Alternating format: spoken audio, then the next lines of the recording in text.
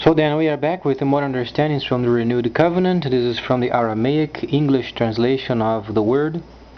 And from the Hebraic understanding, there are many areas where Shaul, he pointed out then the understanding of the Mashiyach himself explaining the Torah.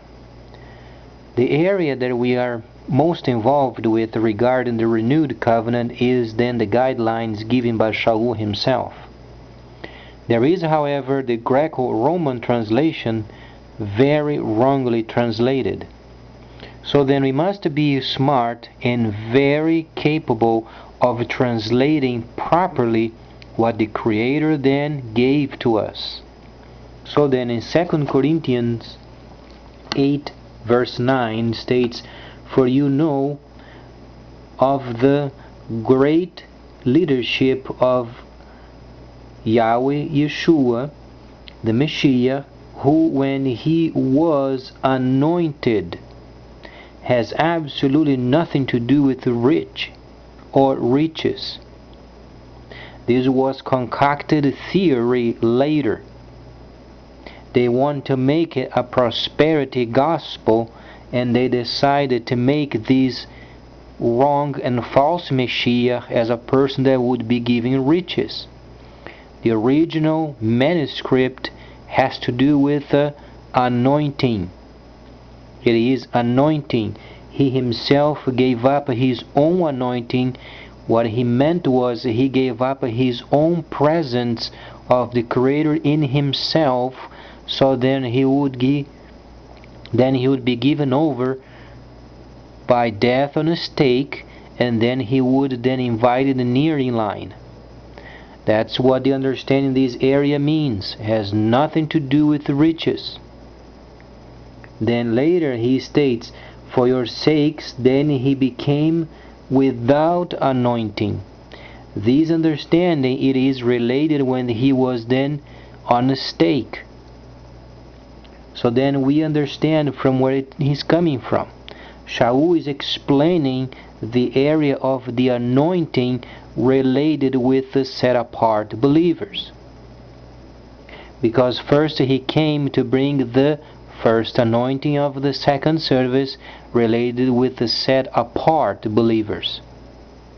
So then later you begin to understand that by his lack of anointing, because he died on a stake for us, then we became anointed.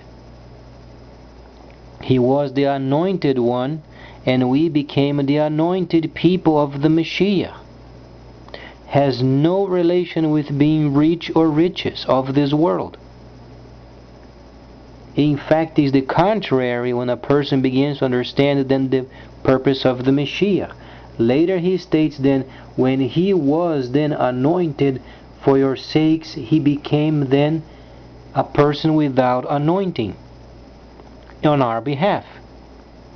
So then, and now myself urgently give you my advice that it may be helpful for you to go ahead with and then what you began a year ago on your own behalf. And I'll complete by action what you design, that as you had enthusiasm in your proposing, so you may complete it in action after your ability. So then he is giving them understanding of what the Mashiyach came to do. He's writing to the set-apart believers in Corinth. Understand, what he is writing most of the time are for the set-apart believers. Every time there is a relation with the Mashiyach, has a link with the set-apart Hebrews. So he is writing then understandings from the previous covenant, the Torah, the prophets, and also the writings related with the set-apart. The Mashiyach did not come to give them riches. He came to give his anointing. And he is writing then, Shaul is writing to the set-apart believers because they would be in the camps. Understand that this area yet they were yet forming the Holy Lands. They were forming camps during this time. So there is no relation with being rich or not being rich. Unfortunately, our country has a very wrong view of the scriptures. As then the translation in the past regarding Job had a pride problem. He was not a person practicing justices. When the translators began to translate the Holy Scriptures, they did not understand the fact of then he himself, Job, not practicing justices. They had a wrong idea of a person being rich versus then practicing justices. They thought those were similar, but they were not similar. The proper Hebrew translation of Job, it is, he was prideful. That's why he was tested. The translation properly stated, have you considered my servant Job? There is no person wealthier than him. Because then later, when he became so rich, Job began to boast. As many rich people do, they boast in themselves. And then Yahweh wanted to find out why. That's why the whole story was brought up. So then the translation was then, the proper view is the wealthiest, not a person practicing justices. Only there is a person that was punished unjustly on our behalf, and that was the Mashiyach. The rest of them had problems and they had to be tested.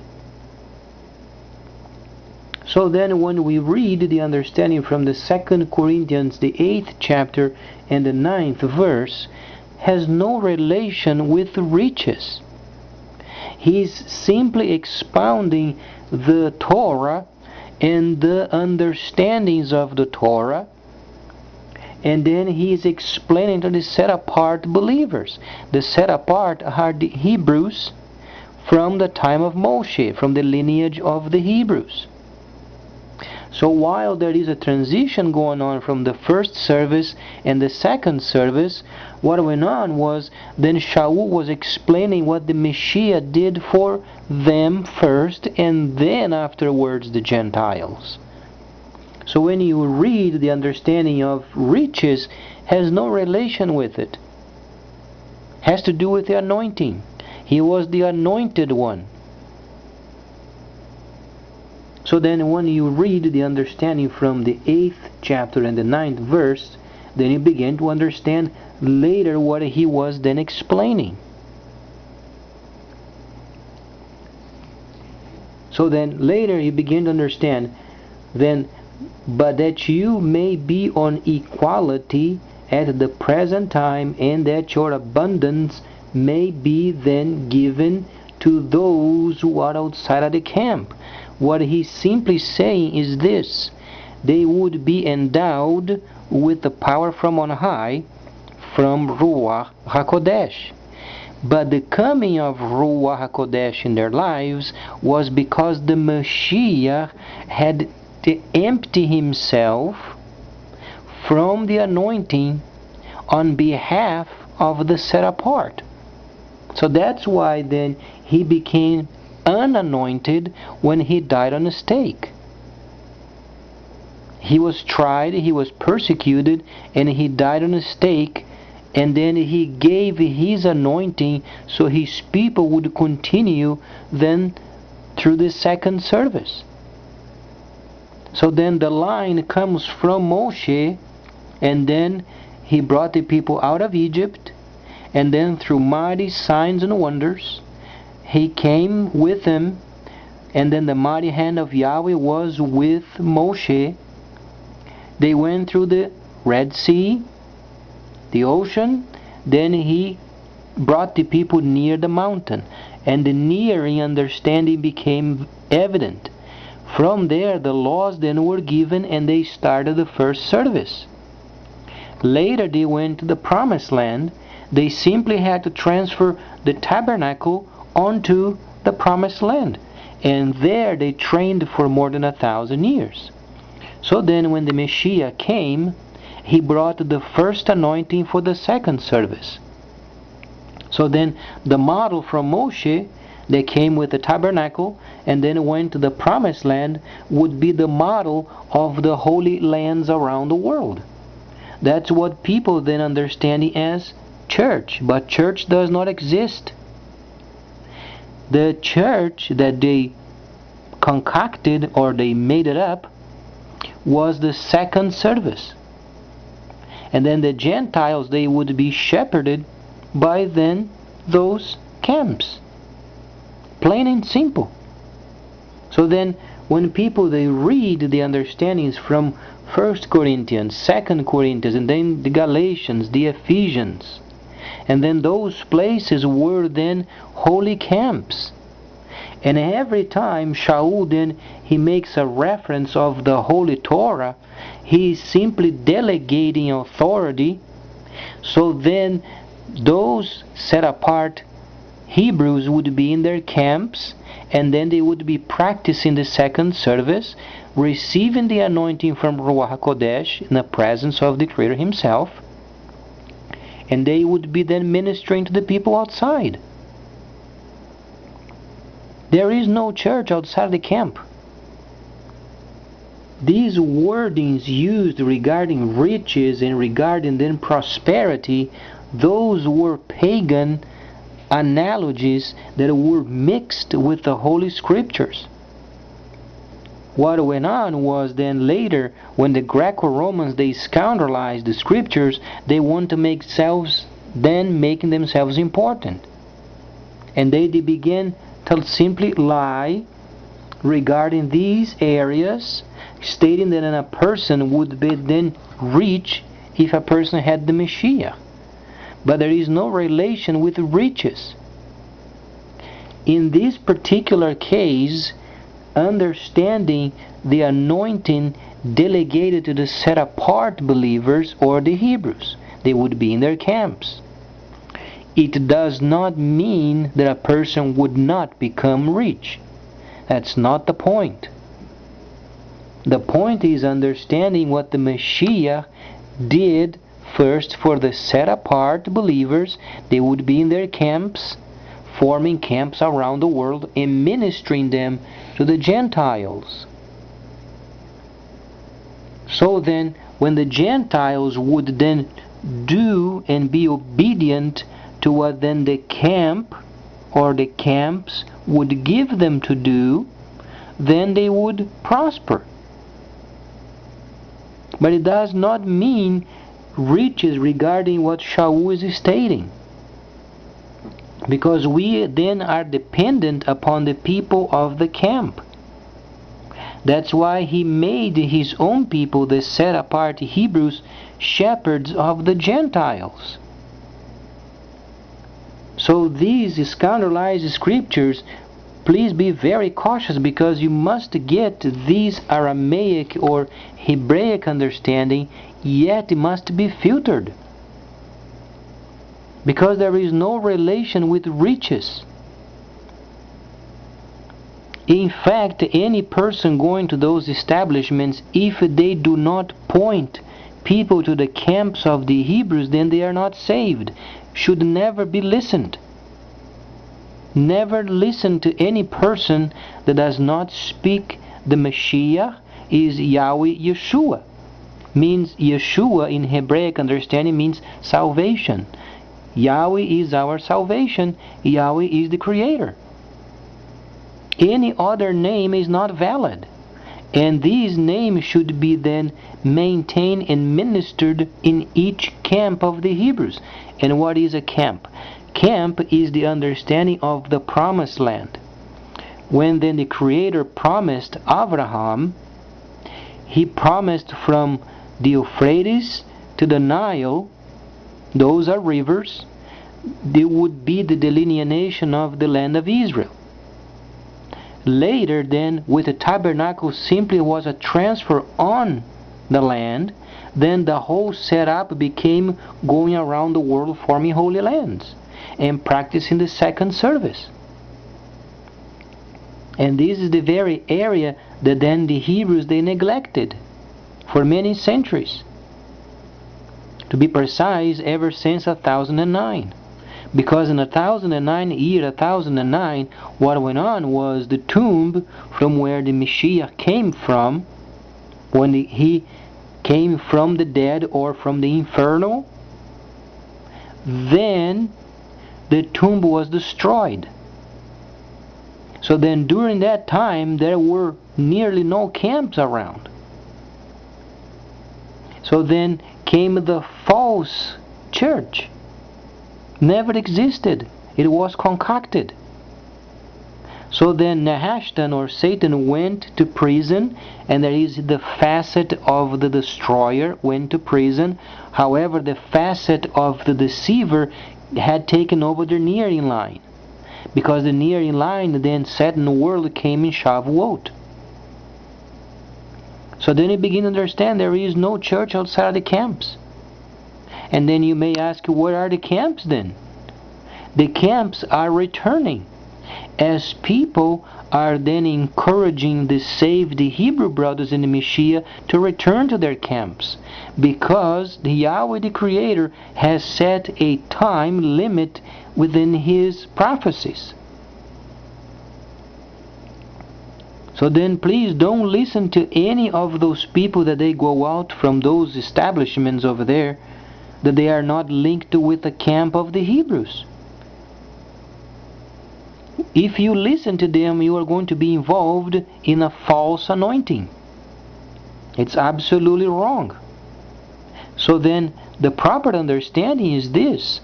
Then understanding from the time of Moshe or Moses, the very setup of then the tabernacle in the desert, and then with the understanding of the promised land, those two combined, it would form then the holy lands around the world. In other words, what the Creator said to His people to do before He went up to heaven, He said to them, go out then and form holy lands around the world. Very simple. Because the model was given. That's why they trained for so many years. For 1,000 years plus they trained for His coming. So then they would set a place, a perimeter around the world, and then they would set the tabernacle and they would resume the second service. This is what you should understand regarding church. But the word church does not exist from the original writings. Only erase this word from your vocabulary, because what went on was simply the second service. Okay? Other countries, when they try to translate, they simply made it up. It was done with the intention of deceiving other people. However, if you read the understandings from the Hebraic understanding, then you begin to understand what it meant. The only true authority are in the camps. The authorities are in the camps. So then when you begin to understand what then Shaul was explaining has no relation with riches. Because every time you read each of these Megillas, for instance, Corinthians, Ephesians, and then Philippi, Galatians, those are each place that they were then placing holy lands in those places. So he was delegating then authority and reminding them the plan of the Mashiyach. In turn, then after they would set up these holy lands around the world, they simply would teach the Gentiles. But then there were conditions. The set apart people from each camp, they were not to go out and be involved with the trades of the world. So be sure you understand this point. The set apart in their camps, they have the ministrations, or then the 7 spirits of Elohim. When you read from the renewed covenant, you find then what the people outside understand as gifting, but gifting does not exist. Those are functions. Functions given only to the set apart Hebrews in their camps. Namely, 7 functions. Then the word of wisdom, word of knowledge, miracles, healings, and then prophecy, tongues, interpretation of tongues, and then discerning of spirits. Those are the ministrations that should be kept only in the camps. So then, the outside of the camps, the Gentiles, they would receive from the set-apart Hebrews those ministrations, but the Gentiles themselves would not have any function in it. They only would receive words from heaven. And then the Gentiles, they could manage the trades of the world, but the set-apart should never. So the situation in the world at the moment is very badly because it is reversed. The problem is there is a mixture of the set-apart Hebrews involved with the trades of the world. They should never done it. And then the Gentiles, they think themselves of being involved with some sort of a ministry. Each of them lies. Pure lies. The Gentiles, they can have the trades of the world but no ministrations.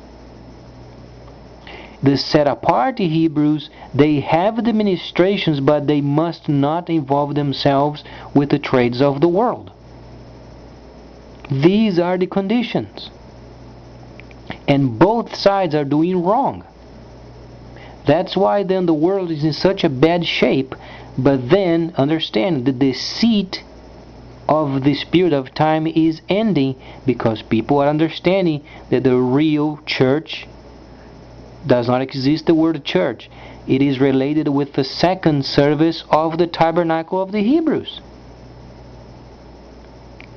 So then we don't have to be guilty because you don't go to a certain establishment, whereas you should only read the renewed covenant. This is what was made for us. And then we would simply visit at the gates of the Hebrews for further teaching and further revelation from heaven in any of those 7 functions. So then when you read, you begin to understand, oh, this is what it means. So then it sets you in a position where you are no longer guilty of an area that you don't even know of. So then in 1 Corinthians then, and the 8th chapter, and then the 9th verse, rather, but the 2 Corinthians 8:9, and then stating of the riches, there is no relation with it. It has to do with the anointing. So then every time you read those portions of the renewed covenant, first Shaul, then the Shaliach. Shaliach is equivalent of apostle. An apostle does not exist. It was another made it up word. His name was then Shaul. He was a Shaliach. A Shaliach in Hebraic understanding is related with the relinking of the people from where they were at, and then the spirit would be relinked or reborn. Then the second is the kingdom to come. Simply he would then teach them what it means of this new kingdom to come in the future. So every time you read then Timothy, when you read then Ephesians, when you read then Galatians, and any Megillah that you read, you are reading areas of the set apart Hebrews, delegation, and he was then reminding them of their duties. Very few areas are related with the Gentiles. The Gentiles he's relating with faith, mercy, and grace. Okay? In many areas of the renewed covenant, those words, they were translated wrongly. Every time you have the word set and then the other word apart or set apart Hebrews, it is not related with faith. It has to do with the anointing. They received the first anointing for the second service. Then the Gentiles, those are the people living by faith because they read what the Mashiyach did for them. But then further teaching they receive when they get to the gate.